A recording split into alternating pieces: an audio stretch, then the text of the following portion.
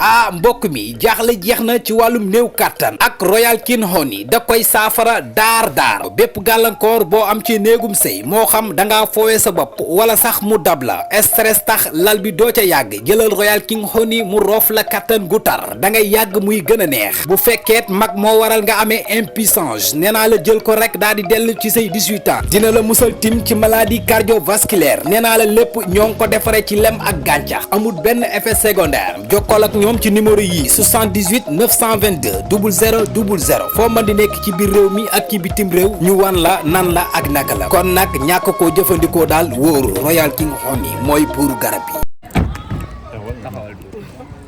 maam ci loo ne. maa ngi nii. ah yaa ngi ci jàmm. maa ngi ci jàmm. naka dëkk bi. dëkk baa ngi nii rek. naka kee.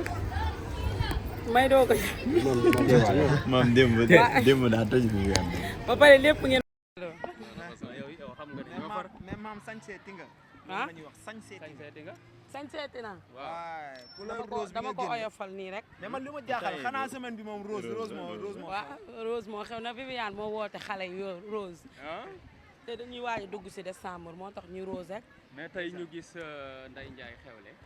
nga bàyyi sa yitte yëpp jóge Dakar ñëw ba Thiès. ñëw wuyu si ko sa diggante ak Ndeye Ndiaye d'abord. waa Ndeye Ndiaye nit ku baax la nitu valeur la nit ku am personnalité la.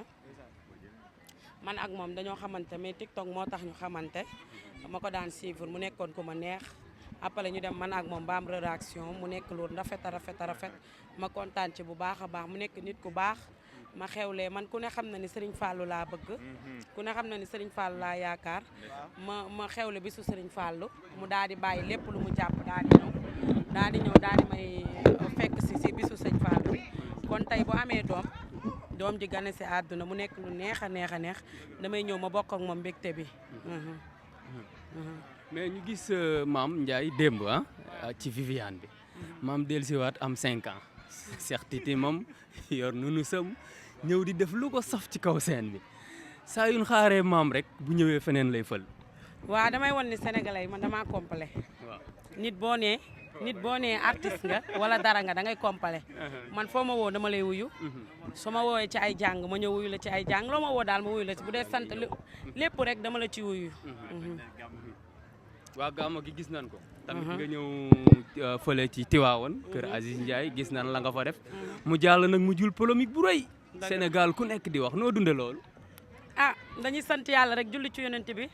ci la ñu xamee ne lu ñu laal a gën lu ñu laalul. ndax fu ñu dem andi fa bruit lu ñu dem andi fa ay wax. ba tax na dañuy sant yàlla rek julli ci yonent bi sant suñu ñaari waajur. mais bi gàmmu gi jàllee coow li bari ku mel ni Aïssatou Diop Fall ak ñeneen ñu mel ni moom génn di wax bi nga ko déggee noo dunde lool. mais xam nga sa maam bu daanul woon baas. waaw boo gisee ku baas da ngay mer. dégguma li nga wax de. ma ne ku sa maam baasul. waaw soo gisee ku baas da ngay mer. loo bëgg a wax te Aziz Ndiaye. waaw baayam dafa baas. waaw maamam baas mu juddu di baas. keneen koo xam ne sa maam baasul sa xol du neex.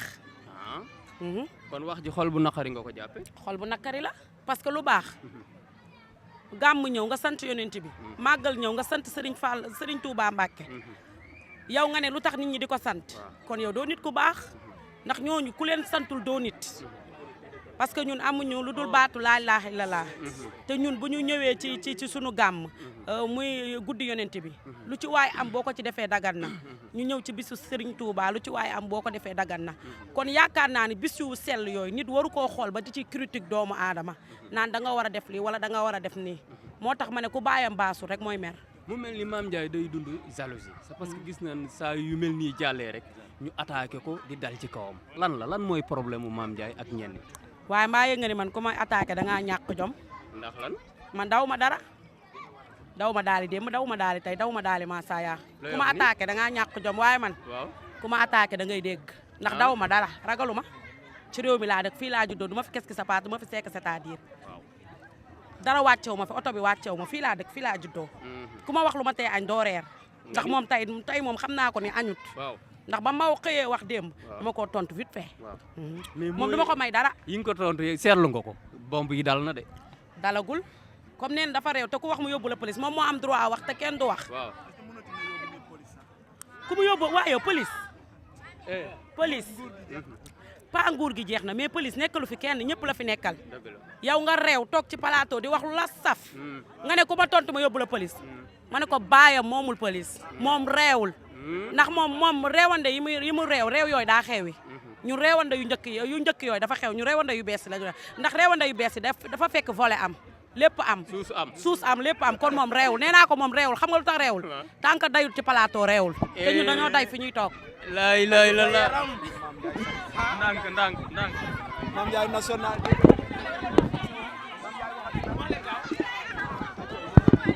ay waay ndànk ana fu ndànk rek ndànk gars yi def leen ndànk ma teel la da ngay rapport ndànk bala ngaa daan sa xoolal li ngay def bala ngaa gaañu fi rëm la de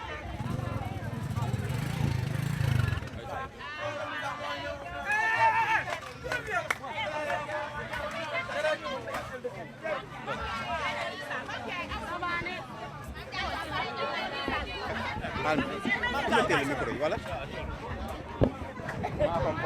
waaw accompagne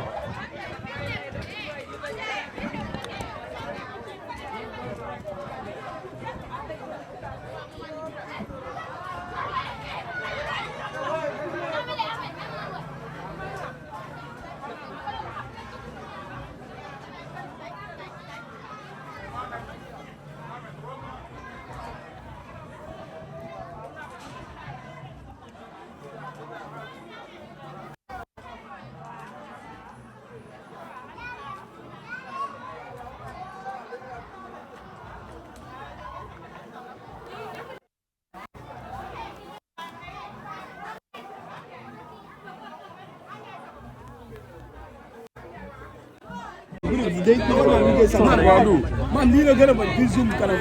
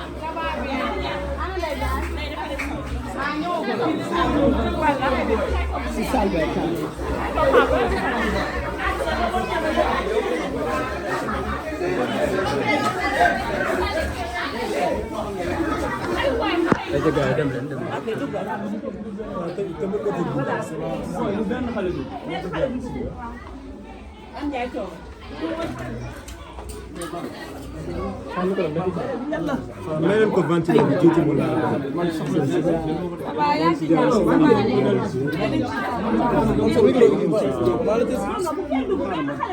mooy kiis alma ma photo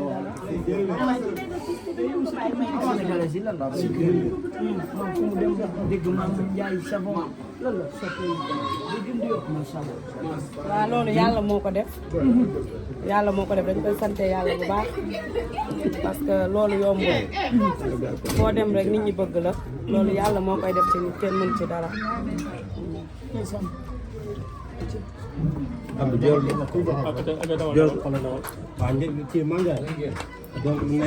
Amis internautes, salam alaikum. Veuillez vous abonner sur votre chaîne Dakar Plus et n'oubliez pas d'activer la cloche de notification. Vous aurez des informations en temps réel ici au Sénégal et à l'extérieur.